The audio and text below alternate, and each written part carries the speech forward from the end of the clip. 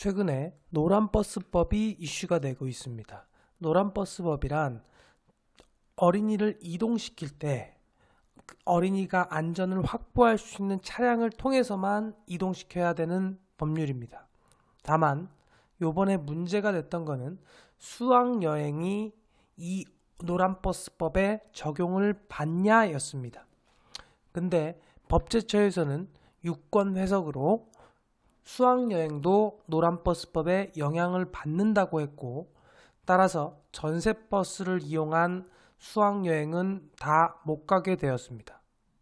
그러나 상세 내용을 살펴보면 조금 다른 부분이 있어서 한번 알아보도록 하겠습니다. 먼저 이렇게 기사가 났는데 초등 체험학습 줄줄이 취소, 노란버스법 후폭풍 이렇게 돼 있습니다.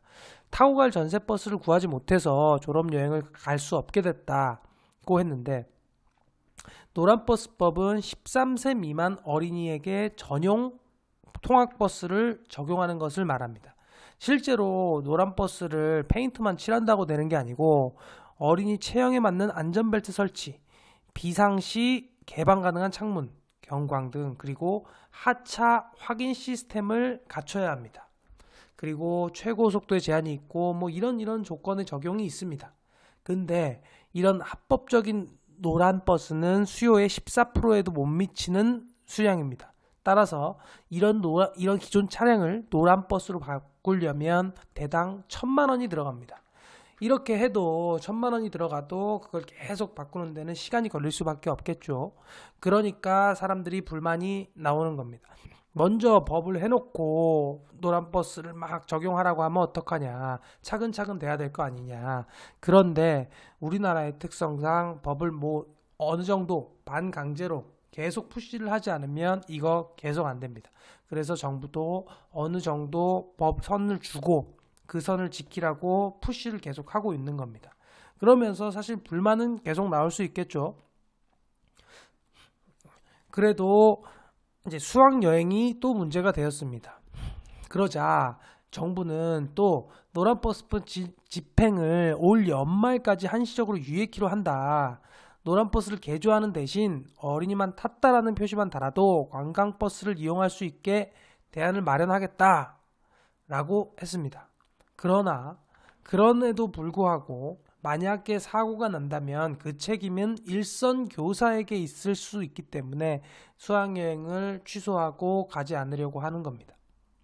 최우선순위는 아이들의 안전이긴 하지만 이게 논란의 여지는 있을 겁니다. 자, 노란버스법은 어떻게 적용되느냐. 이 노란버스가 승하차 중일 때 뒤 차량은 반드시 일시정지를 하고 옆에 차량도 일시정지를 하는 겁니다. 요게 중앙선입니다. 그리고 중앙선이 없는 도로나 편도 1차선의 도로에서는 이쪽 차량은 일시정지를 하고 반대쪽 차량도 이쪽으로 진행하는 반대쪽 차량도 일시정지를 하는 겁니다. 이렇게 되면 참 안전하게 될 것 같습니다. 그런데 이쪽 차가 일시정지한다는 거 잘 지켜줄 수 있을지 모르겠지만 일시정지가 계속 서 있는 게 아니고 한 번 정지 후에 출발하는 겁니다. 그게 어느 정도 적용이 된다면 좀 지킬 수 있지 않을까 싶습니다. 노란버스법은 어린이의 안전을 위해 반드시 필요합니다. 어린이 안전은 어떤 것보다 우선순위에 있어야 합니다. 법이 완벽히 준비된 상태에서 시행하기란 현실적으로 힘들 겁니다. 정부는 올해까지 유예기간을 두었고 전세버스를 이용하여도 문제되진 않습니다.